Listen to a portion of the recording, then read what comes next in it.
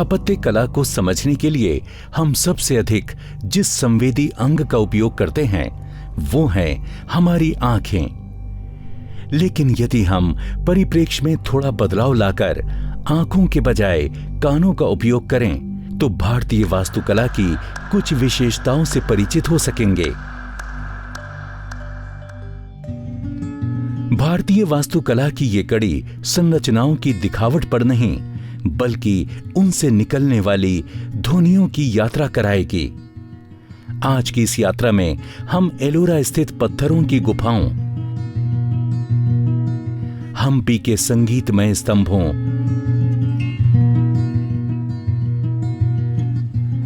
हैदराबाद के गोलकोंडा किले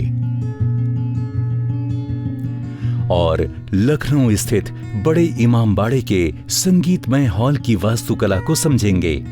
तो हमारी इस यात्रा के सहभागी बनिए और समझिए कि किस प्रकार प्राचीन भारत में ध्वनि विज्ञान का विकास हुआ था।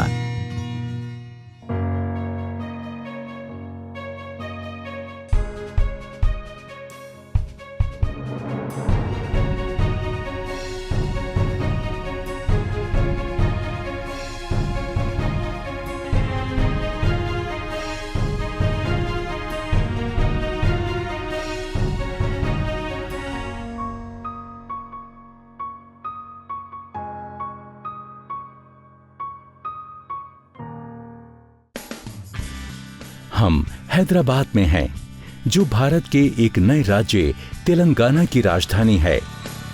हम शहर की भीड़ भाड़ भरी गलियों से दूर गोलकोंडा किले तक पहुंचते हैं, जो अपने में एक छोटा सा राज्य लगता है। गोलकोंडा नाम तेलुगु शब्द गोलाकोंडा से प्रभावित है, जिसका अर्थ है चरवाहे की पहाड़ी। इसे दक्षिण के पठार पर स्थित सबसे विशाल किला माना जाता है, जो लगभग 121 मीटर ऊंची पहाड़ी पर स्थित है, जिसमें दीवारों की 3 पंक्तियां हैं। इसमें 8 विशाल प्रवेश द्वार हैं। किले में 87 बुर्ज हैं, जिनकी ऊंचाई 15 से 18 मीटर है। इन बुर्जों के आसपास लगी तोपें इस किले को लगभग अभेद बनाती थीं।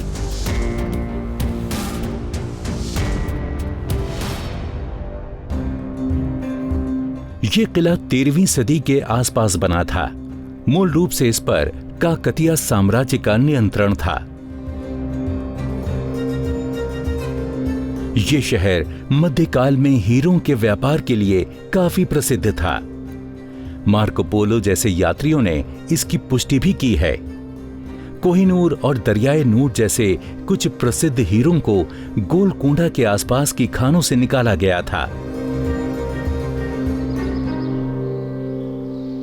चलिए अब इतिहास की बातें छोड़ ताली बजाते हैं।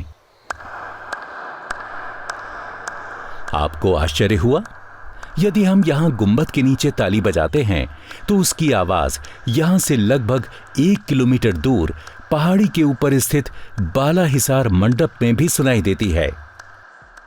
ये ध्वनि संदेश माध्यम के रूप में कार्य करती थी। इस किले की विभिन्न संरचनाएं ऐसी हैं जिनमें अलग अलग बिंदुओं पर आवाज पहुंचती थी, जिसे दरबार हॉल की छत से यहां आने वाले व्यक्तियों के संबंध में संदेश देने के लिए उपयोग किया जाता था। मित्र के लिए 1 ताली, दुश्मन के लिए 2 तालियां बजाई जाती थीं और ऐसी स्थिति में बाहरी दीवार के दरवाजे तुरंत बंद कर दिए जाते थे। सम्मानित अतिथि के लिए 3 तालियां बजाई जाती थीं। लेकिन यहां ध्वनि के फैलाव का पता लगाने से पहले हम समझते हैं कि ध्वनि या आवाज किस प्रकार से प्रसारित होती है।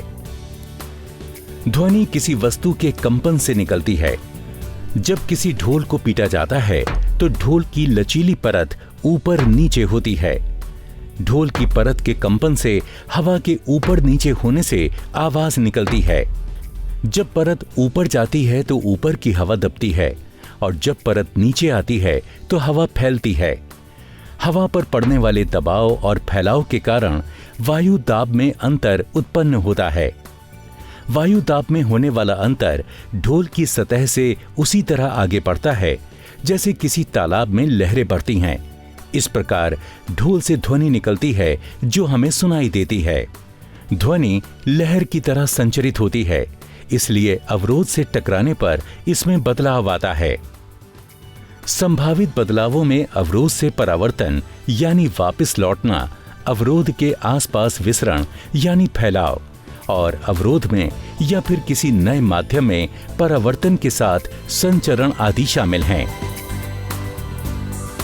किसी सतह से ध्वनि तरंगों के परावर्तन को एको यानी गूंज या फिर प्रतिध्वनि नामक दो परिघटनाओं के माध्यम से समझा जा सकता है।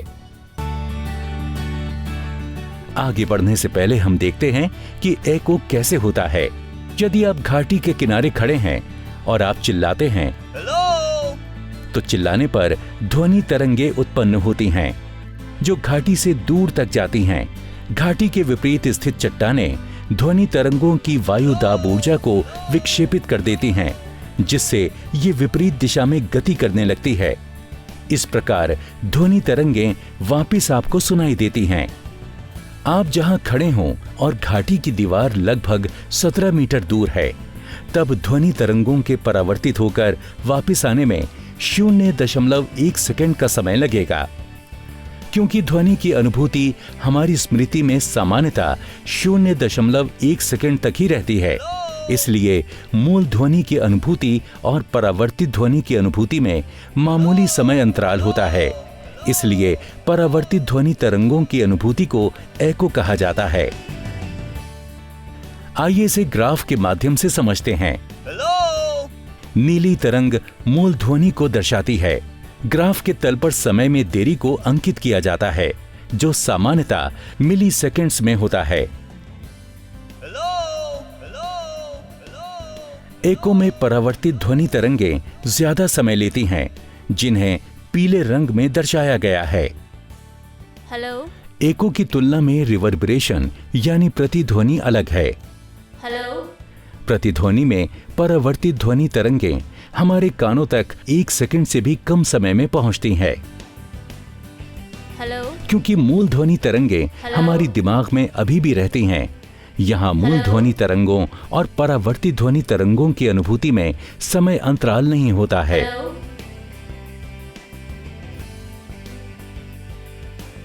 हम ग्राफ में देख सकते हैं कि परावर्तित तरंगें कम देरी में हमारे पास वापस पहुंचती हैं।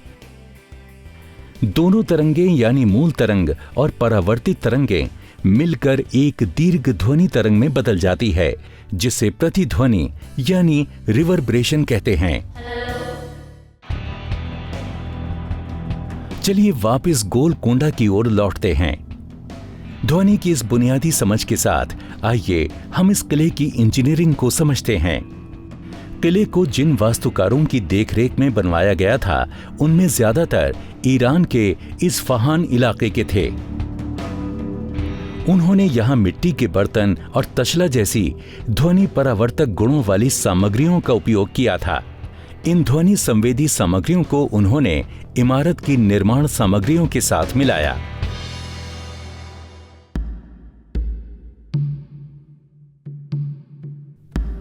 उनके द्वारा उपयोग की गई दूसरी तकनीक संपीड़न और प्रवर्धन से संबंधित थी। गोलकोंडा किले में करताल ध्वनि वाले बरामदे में एक तरफ घटते आकार में मेहराबों की श्रृंखला है। ये मेहराबें इस अद्भुत ध्वनि का मुख्य आधार हैं। इससे सेना प्रमुख सुन सकता था कि पहरेदार क्या कर रहे हैं। तो इस प्रकार इस बरामदे में गुंबद के नीचे निकलने वाली ध्वनि संपीड़ित होकर वापस फैलकर लगभग 1 किलोमीटर दूर तक जाती थी। इस किले में ध्वनि के 2 और आकर्षक उदाहरण हैं।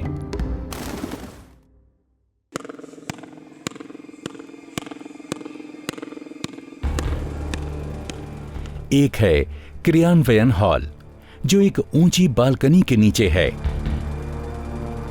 यहां पर सुल्तान बैठकर न्याय किया करते थे।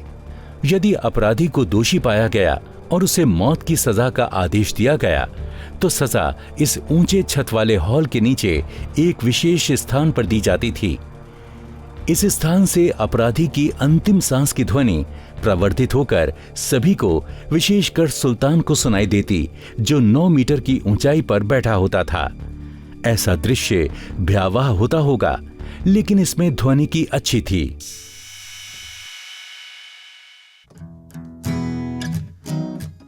दूसरा आकर्षण फुसफुसाने वाले हॉल का है। इसका उपयोग शाही महिलाओं द्वारा अतिथियों के मनोरंजन के लिए किया जाता था। सुल्तान निजी बातचीत सुन सकता था, क्योंकि दीवारें इस प्रकार बनाई गई थीं जो आवाज को फैलाएं। हालांकि निजता का सम्मान नहीं था, लेकिन ध्वनि डिजाइन का ये एक अच्छा उदाहरण है। फुसफुसाने वाले हॉल के विचार पर हम आगे बात करेंगे। इस परिप्रेक्ष्य के साथ हम नवाबों के ऐतिहासिक शहर लखनऊ का रुख करते हैं। हम इस शहर की आकर्षक सड़कों पर चलते हुए बड़े इमामबाड़े तक पहुंचते हैं। पहले इमामबाड़े के निर्माण के बारे में बात कर लेते हैं। इस इमारत का निर्माण 1784 में अवध के नवाब आसिफुद्दौला ने करवाया था। ऐसा कहा जाता है कि उन्होंने कारीगरों के 2 समूहों को काम पर रखा। एक समूह दिन के समय काम करता था, तो वहीं दूसरा समूह रात के समय काम करता था। इस प्रकार काम का दायरा बढ़ा।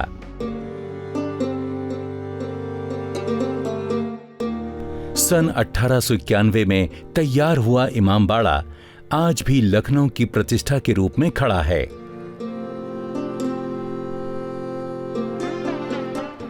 ये बड़ा इमामबाड़ा गौथिक शैली युक्त राजपूत और मुगल वास्तुकला का एक बेजोड़ नमूना है। इमामबाड़ा परिसर में एक बड़ा हॉल है, जो एक आकर्षक प्रांगण के छोर पर स्थित है।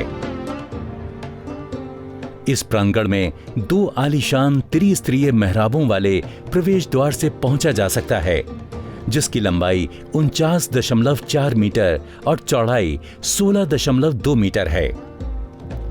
ये एशिया का सबसे बड़ा हॉल है, जिसमें अंदर से लकड़ी, लौह या पत्थरों की बीम का उपयोग नहीं किया गया है। इस हॉल की छत तकरीबन 15 मीटर ऊंची है। हॉल की छत 4.8 मीटर मोटी है, जिसका वजन लगभग 20,000 टन है। लोगों को इस छत को देखकर आश्चर्य होता है, क्योंकि इसे बिना गार्डरों या बीमों से बनाया गया है। इस छत के नीचे 3 हॉल हैं, जिन्हें पर्शियन हॉल, चाइना हॉल और इंडियन हॉल कहते हैं। पर्शियन हॉल केंद्रीय हॉल है और आकार में काफी बड़ा है। चाइना हॉल रोचक ढंग से बना है। ये जमीनी स्तर पर वर्गाकार और मध्य ऊंचाई पर अष्टकोणीय एवं शीर्ष पर 16 पक्षीय है। इंडियन हॉल का आकार तरबूज के जैसा है। ये वही हॉल है जिस पर हम चर्चा करेंगे। यहां ध्वनिकी ऐसी है कि यदि कोई एक माचिस की तीली भी रगड़ता है, तो उसकी आवाज पूरे हॉल में सुनाई देती है।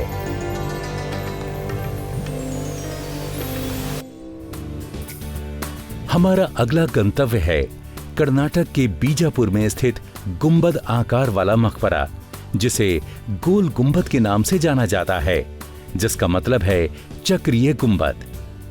कुछ इतिहासकारों के अनुसार यह विश्व का दूसरा सबसे बड़ा गुंबद है और कुछ इसे एशिया का सबसे बड़ा गुंबद मानते हैं। गुंबद के किनारों पर 4 मीनारें हैं। इनमें सीढ़ियों की श्रृंखला है जो चक्रीय बालकनी में खुलती हैं, जिन्हें फुसफुसाती गलियारा कहा जाता है। इस स्थान पर ध्वनिकी के कारण धीमी आवाज को भी इस मकबरे के दूसरी तरफ सुना जा सकता है। ताली बजाने पर उसकी प्रतिध्वनि 10 बार से अधिक होती है। ऐसा माना जाता है कि सुल्तान इब्राहिम आदिल शाह और उनकी बेगम इस गलियारे में अपने संगीतकारों से वाद्य यंत्र बजाने को कहते थे, जिसके कारण संगीत की आवाज इस हॉल के हर कोने तक पहुंचती थी। ऐसा इस गलियारे की विशाल परिधि और गुंबद के कारण होता है, थोड़ा वैसे ही जैसा हमने इमामबाड़े में देखा था। ध्वनि तरंगे गुंबद और छत से टकराते हुए घुमावदार सतह से परावर्तित होकर कमरे के एक या अधिक स्थानों पर केंद्रित होती हैं। इसलिए यदि आप सही स्थान पर खड़े हों तो आप तकरीबन 5 से 10 मीटर दूरी पर धीमी आवाज में हो रही बातचीत भी सुन सकते हैं। भौतिकी की इस परिघटना को सबसे पहले महान ब्रिटिश भौतिकविद लॉर्ड रेले ने लंदन के प्रसिद्ध सेंट पॉल गिरजाघर में देखी गई समान परिघटना के माध्यम से समझाया।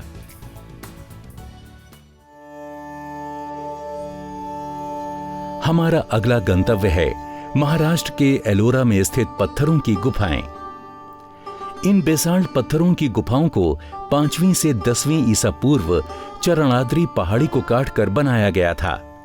यहाँ की गुफाएं बौद्ध धर्म, ब्राह्मणवाद एवं जैन धर्म से संबंधित हैं। आज हमारा लक्ष्य बौद्ध गुफाओं पर है। ये गुफाएं मुख्यतः विहार थे जिनमें छोटे कमरे, पत्थर से बने बिस्तर और ध्यान कक्ष हैं। कुछ कमरों में बुद्ध के जीवन, अवतारों, बोधिसत्व और संतों को चित्रित किया गया है। ये 10 नंबर गुफा है। इसमें चैत्य या प्रार्थना हॉल है। छत पर लगे पत्थर ऐसे लगते हैं मानो लकड़ी की बीम हो। स्तूप के मध्य में बुद्ध की विशाल प्रतिमा लगी है। इस गुफा की ध्वनिकी भी काफी अनोखी है। यदि हम कोई आवाज निकालते हैं तो उसे पूरे हॉल में सुना जा सकता है।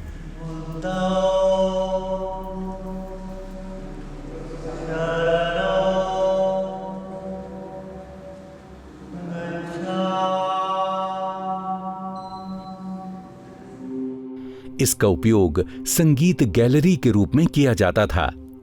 गुफा का आकार और इसकी धारीदार छत इसके ध्वनिकी प्रभाव के लिए जिम्मेदार है।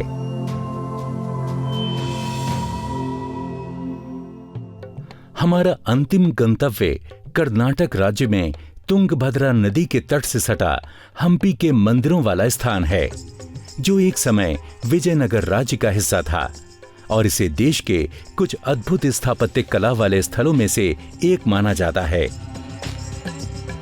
हम्पी के अनेक शानदार आकर्षणों में से मुख्य है विट्ठल मंदिर। इस मंदिर का निर्माण 15वीं सदी में करवाया गया था।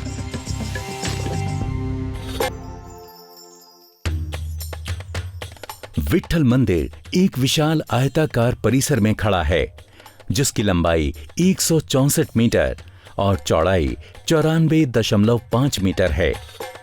मंदिर में प्रवेश करने पर हम इसकी विभिन्न संरचनाओं में शामिल ज्यामितीय शुद्धता से प्रभावित होते हैं। इस परिसर की 2 मुख्य संरचनाओं में एक पत्थर का रथ और दूसरा पिलर हॉल है। इस परिसर में खड़ा पत्थर का रथ मंदिर का मुख्य आकर्षण है, जो गरुड़ की छवि के साथ विष्णु के वाहन के रूप में बना है। इसके पहिए एक समय तक गतिमय थे। इन्हें अब हम कर्नाटक पर्यटन के संकेत चिन्ह के रूप में देख सकते हैं।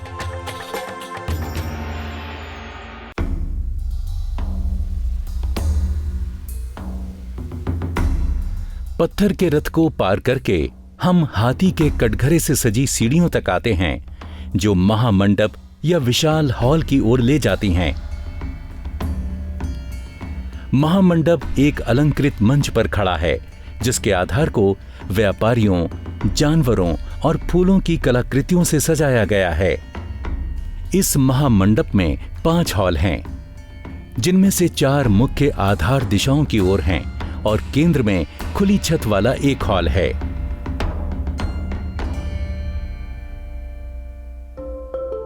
इस महामंडप के मुख्य आकर्षण यहां स्थित विशालकाय नक्काशीदार स्तंभ हैं।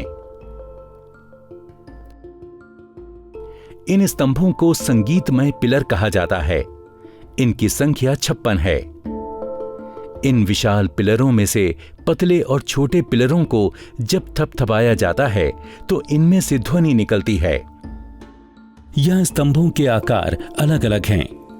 जैसे कि ये स्तंभ ऊपर और नीचे से अलग आकार का है। आकारों में विविधता के कारण सभी स्तंभ अलग अलग ध्वनियां उत्पन्न करते हैं। ऐसा माना जाता है कि इनमें से संगीत के 81 यंत्रों की ध्वनि निकलती थी। हालांकि इनमें से अधिकतर अभी काम नहीं करते हैं। जब पिलर को शीर्ष पर, मध्य में या आधार पर थपथपाया जाता है तो पिलर से अलग अलग ध्वनियां निकलती हैं। रोचक बात यह है कि ये खोखले नहीं बल्कि ठोस हैं। इन पिलरों की ऊंचाई 3.6 मीटर है और इनमें संगीतज्ञों, संगीत उपकरणों और नर्तकों की नक्काशी की गई है। एक सीध में खड़े 40 पिलरों से गलियारा बना है। शेष 16 पिलर केंद्र में आयताकार परिसर बनाते हैं। पिलरों को ठोस ग्रेनाइट से बनाया गया है। अनेक पिलर सम्मिश्र हैं। प्रत्येक एकल पिलर अनेक छोटे और पतले पिलरों से बना है। अंग्रेजों ने इस आश्चर्य के पीछे का कारण खोजना चाहा और उन्होंने 2 पिलरों को काटा, जिससे वो देख पाएं कि पिलरों के अंदर कुछ ऐसा तो नहीं जो आवाज करता है। लेकिन उन्हें ऐसा कुछ भी नहीं मिला। चलिए देखते हैं कि ये पिलर किस प्रकार से संगीत उत्पन्न करते हैं। ये पिलर ठोस हैं, इसलिए इनसे निकली ध्वनि का कारण कंपन है। ध्वनियां विभिन्न स्रोतों से निकलती हैं। मानव आवाज पैदा करते हैं, जानवर भी आवाज निकालते हैं और संगीत उपकरणों से भी विभिन्न प्रकार की आवाजें निकलती हैं।